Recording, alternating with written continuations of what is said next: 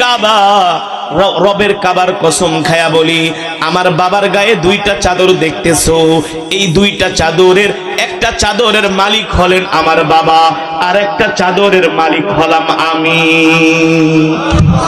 আপনাদের খলিফা আজকে শুক্রবারে জুমার নামাজ পড়াবে, তার নিম্নাংশে যেই চাদরটা দেখতে পারছেন, যেই চাদরটা আমার বাবা নিম্নাংশে পড়েছেন, নিম্নাংশে বোঝেন তো, মানে যেটা নাভির নিচে পড়েছে এটাকে বলা হয় নিম্নাংশ, আর উপরেরটা বলা হয় অর্ধাংশ, উপরাংশ। উপরাংশে যেই চাদরটা পরেছেন, নিম্নাংশে যেই চাদরটা পরেছেন, এটা হলো আমার বাবার চাদর, আর অর্ধাংশে উপরে যেই চাদরটা পরেছেন এই চাদরটা হলো আমার। গত 3 দিন আগে বাইতুল মাল থেকে